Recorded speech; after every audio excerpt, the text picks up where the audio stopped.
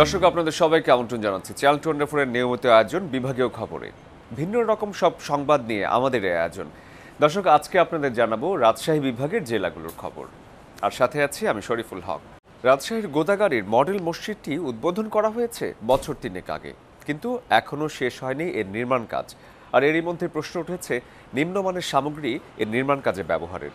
সংশ্লিষ্টরা বলছেন নির্মাণ কাজ শেষ না করেই বিল তুলে নিয়ে গেছে ঠিকাদারি প্রতিষ্ঠান। ভাঙা টাইলসের ধারালো অংশে কারো কেটেছে পা, কেউ বা সিঁড়িতে উঠতে গিয়ে বিদ্যুৎ স্পৃষ্ট হয়েছেন, কখনো বা মিনার থেকে ভেঙে পড়েছে ইস্পাতের নকশার বড় অংশ।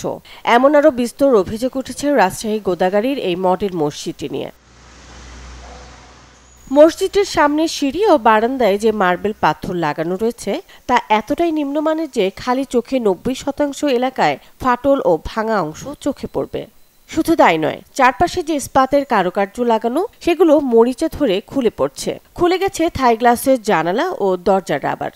এই মসজিদটি উদ্বোধনের পরে অনেক কাজ রেখে যায়, এই কাজগুলো এখনো পর্যন্ত অসম্পূর্ণ রয়েছে। তবে বিশেষ করে মসজিদ আস্তে আস্তে এমন কিছু সমস্যা দেখা দিয়েছে যা মুসল্লিদের জন্য খুব প্রাণহানি হওয়ার আশঙ্কা রয়েছে। এই সমস্যাগুলো আমরা অনেক আগে জানিয়েছি, তবে এখনো পর্যন্ত এগুলোর সমাধান পাইনি। এখন মুসল্লিদের মধ্যে এমন একটা পরিবেশ তৈরি হয়েছে, ভয় আতঙ্ক কাজ করছে যে মডেল মসজিদে ঢুকতে গেলেই না জানি মরে যায়। ধাপেতে উঠতে যে কারেন্টের পানির লাইন আসে তখন সুইচ দিলে শর্ট করে, মসজিদদেরকে অনেকে শর্ট করেছে, যার কারণে এই লাইনটা আমরা অফ রেখেছি। আচ্ছা, তারপরে টাইলস ফাটাতে মাঝে মাঝে পানি জমা হয়ে যায়, তারপরে গেটে ঢুকতে ওখানে পানি জমা হয়, মুসল্লিদের সমস্যা হয়। তারপরে যে আপনার রেলিং যেটা আপনার লাইন দিয়েছে ওই লাইনের ওখানে ধার, ওখানে পা কাটে যাওয়ার মতন হয়ে যায়।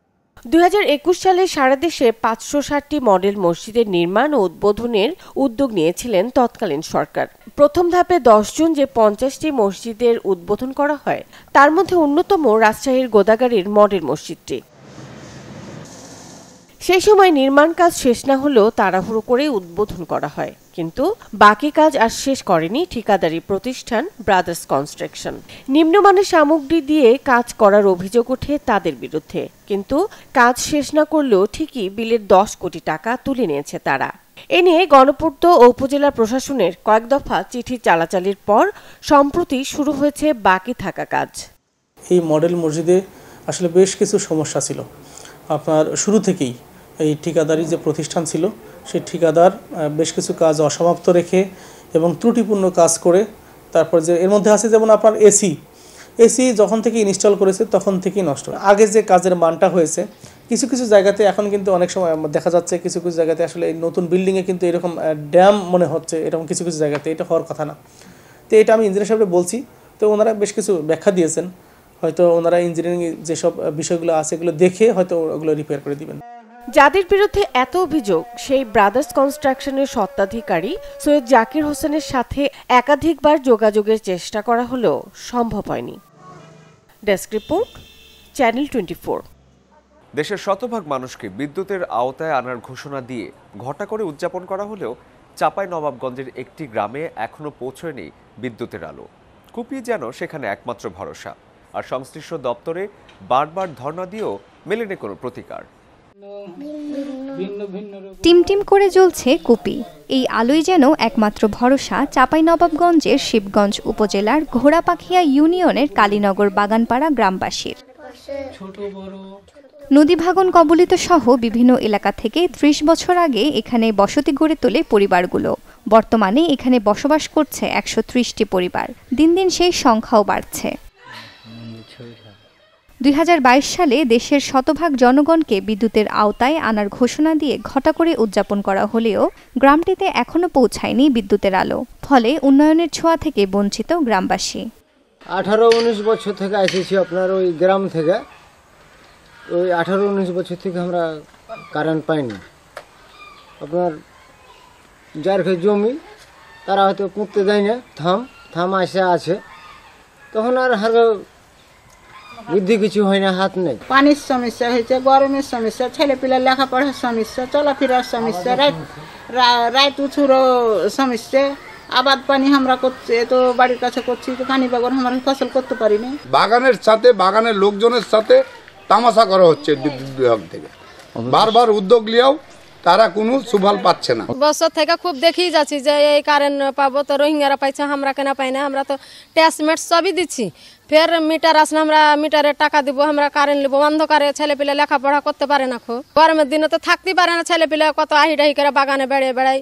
গেল ৩০ বছরে বহুবার প্রশাসনের দ্বারস্থ হয়েছেন স্থানীয়রা, ধরনা দিয়েছেন জনপ্রতিনিধিদের দুয়ারে দুয়ারে, কিন্তু আশ্বাস মিললেও মেলেনি ফল।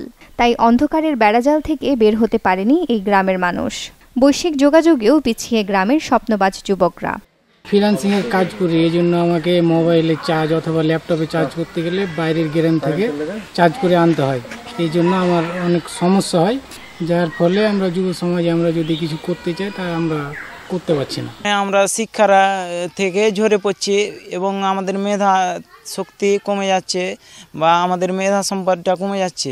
আমার মতন অনেকে আমাদের গ্রামে আছে যারা অশিক্ষিত হয়ে যাচ্ছেন এবং নানা কর্মে জড়িয়ে পড়ছে। আমরা এলাকাতে যেটি আপনার ধরেন যুব সমাজ আছি, একটা যে পরিশ্রম করব দোকান পাশার, আমরা কিন্তু কারেন্টের জন্য দোকান পাশার করতে পারছি না। ব্যবসা প্রতিষ্ঠান করবো, আপনার ধরেন কি যুবক গালা ধরেন কি যে নেশাগ্রস্ত হয়েছে, কাজে যাচ্ছে না।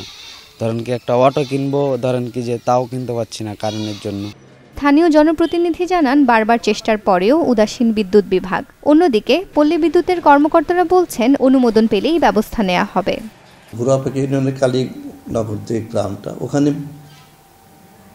শতভাগ বিদ্যুতের আওতায় ঠিকাদার কর্তৃক লাইন করতে চায়, করতে গেলে স্থানীয় লোকজন বাধা দেয়। রাম বাগান মনে আছে, তো ওরা বাধা দেওয়ার কারণে সেই কাজটা করতে পারেনি শতভাগ যখন হয়।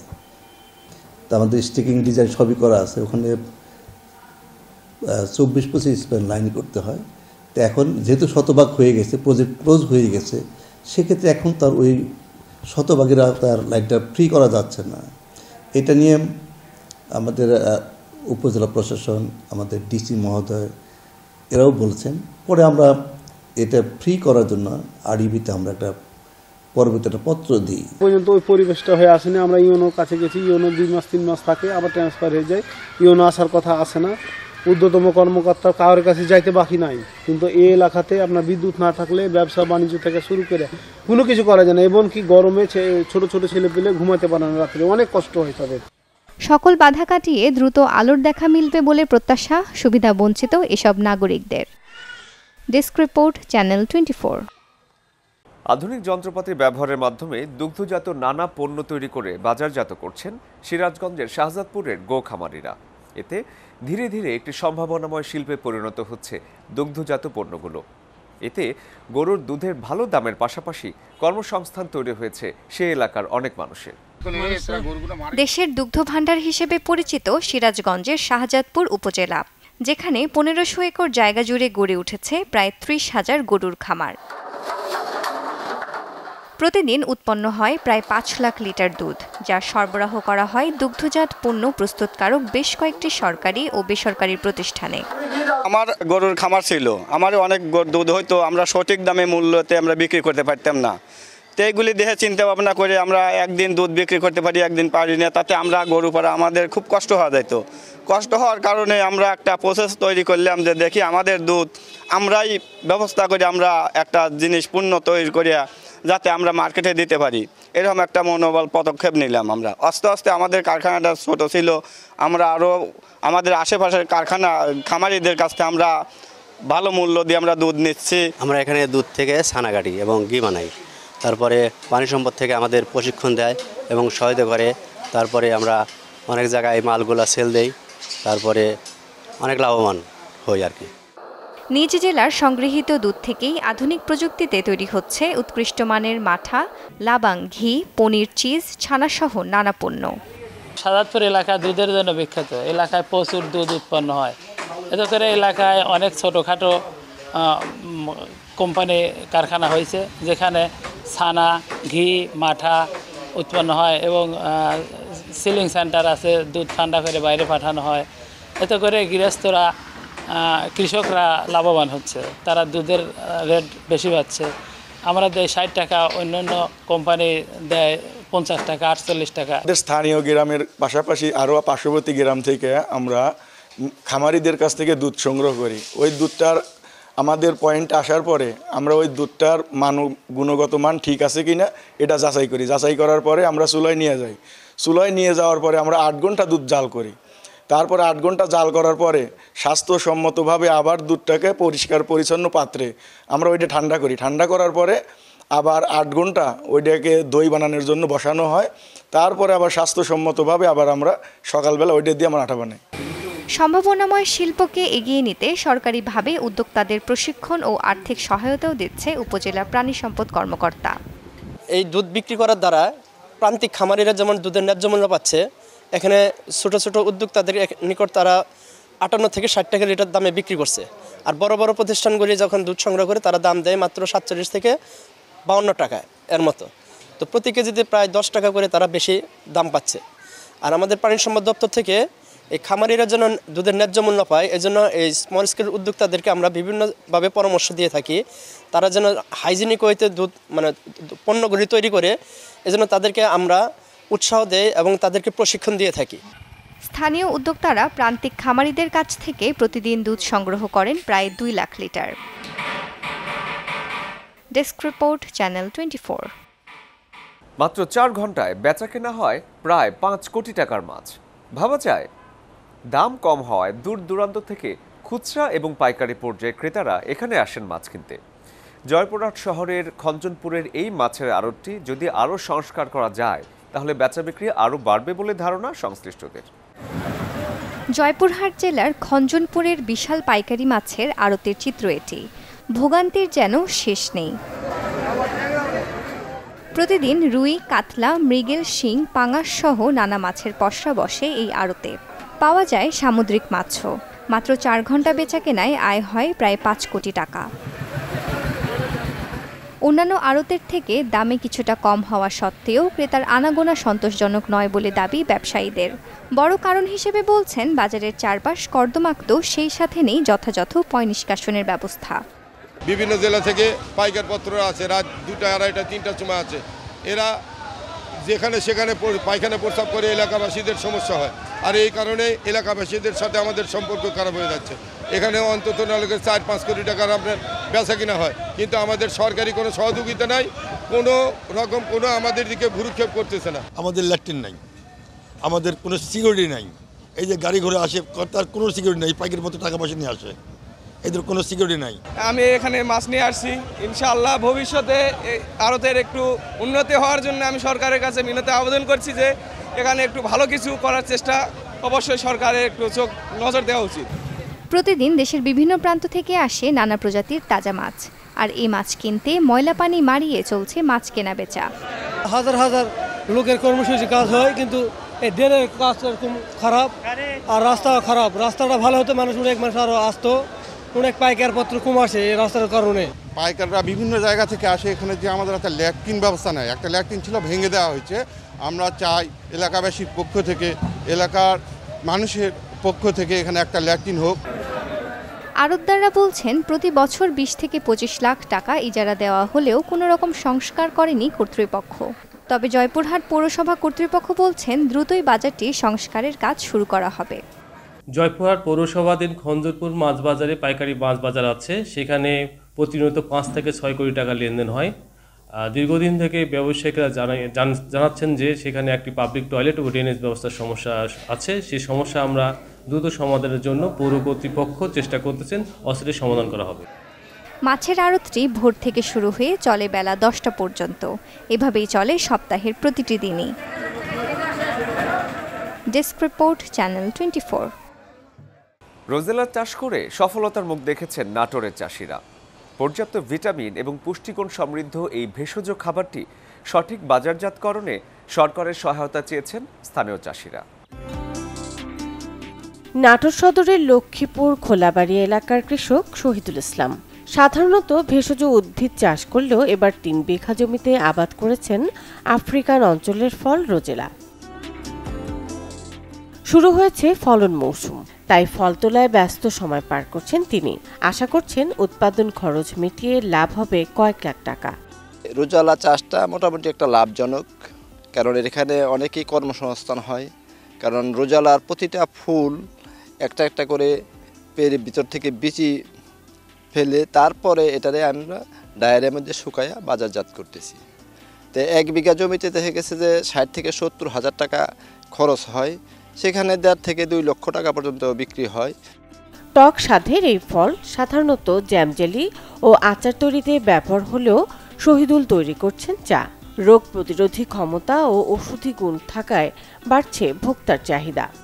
এই রোজেলা চায়ের চাহিদা দিন দিন অনেক বাড়ছে এবং বিভিন্ন দূর দূরান্ত থেকে লোকজন আসতেছে, নিয়ে যাচ্ছে। অনলাইনে এবং অফলাইনে দুইভাবে আমরা দিচ্ছি। এর চাহিদা বেশ ভালো। রোজেলা চাটা অত্যন্ত সুস্বাদু। রোজেলা চাটা মনে করেন হালকা টক লাগে, মিষ্টির অবরণ আছে, খুব ভালো লাগে, খাইতে অনেক সুস্বাদু। প্রক্রিয়াকরণের কিছু প্রতিবন্ধকতা থাকলেও ধরা দিচ্ছে সাফল্য। এতে আশাবাদী হয়ে রোজেলা চাষ করছেন আরো অনেকে, ফলে তৈরি হচ্ছে কর্মসংস্থান। আমরা রোজেলা বিয়ে সদলক ভাইয়ের ডিলারের ক্ষেতে বাড়ির পাশাপাশি কামে আমরা রোজেলা বিয়ে কাজ করে আমরা সংসার কাম কাজ করি বা দিন রোজ 200-400 টাকার কাজ করি, আমাদের সংসার চলে। আমি শহীদুল হক কাকার রোজেলা জমি এই চাষটা দেখে আমারও খুব পছন্দ।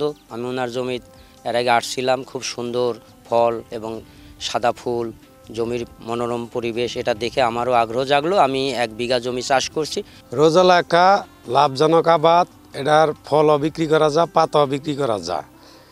এই আবাদটা খুব সুন্দর, লাভজনক, আমারও ইচ্ছা আছে সামনে করার। ভিন্ন দেশি ফল রোজেলার চাষে কৃষকদের উদ্যমে খুশি কৃষি সম্প্রসারণ অধিদপ্তর। কর্মকর্তা বলছেন, মেস্তাপাট জাতীয় এই উদ্ভিদ আবাদে সব ধরনের সহায়তা দেবে সরকার। এই রোজেলার যেটা বৃতি, ফলটা ফেলে দিয়ে এই বৃতিটা শুকায়ে চা আকারে পান করা যায়। আমরা জানি, বিভিন্ন গবেষণা থেকে দেখেছি যে এই রোজেলা পানীয়টা দেহের ভারসাম্য রক্ষা করে, ডায়াবেটিসের জন্য ভালো, যারা ডায়াবেটিসে ভুগছেন, উচ্চ রক্তচাপের জন্য কাজ করে থাকে। এছাড়া শরীর রোগ প্রতিরোধ ক্ষমতা বাড়ায়। যারা একটু সচেতন মানুষ, এখানে প্রচুর অ্যান্টিঅক্সিডেন্ট থাকে, ফলে বার্ধক্যটা তারুণ্যের দিকে নিয়ে আসে। বিশ্বের অনেক দেশে চা বা শরবত হিসেবে খাওয়া হয় রোজেলা। হৃদরোগের ঝুঁকি কমানোর পাশাপাশি গুরুত্বপূর্ণ ভূমিকা রাখে উচ্চ রক্তচাপ, ডায়াবেটিস ও কোষ্ঠকাঠিন্য নিয়ন্ত্রণে। Desk report, channel 24।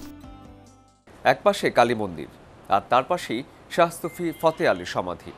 স্থানীয়রা জানান, গত 250 বছরে এই দুই সম্প্রদায়ের মধ্যে কোনো দ্বন্দ্ব সংঘাত হয়নি। আর বগুড়ায় ধর্মীয় এই সম্প্রীতি উভয় ধর্মের মানুষকে গেঁথেছে এক সুতোয়। এটি বগুড়া শহরের ফতে আলী বাজার।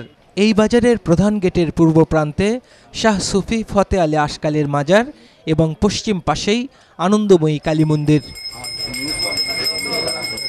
ইতিহাসের বর্ণনা অনুযায়ী হিন্দু ধর্মের অনুসারীদের উপাসনার জন্য বগুড়ার মুসলিম নওয়াবের দান করা জমিতে কালী মন্দিরটি নির্মিত হয় 1748 সালে।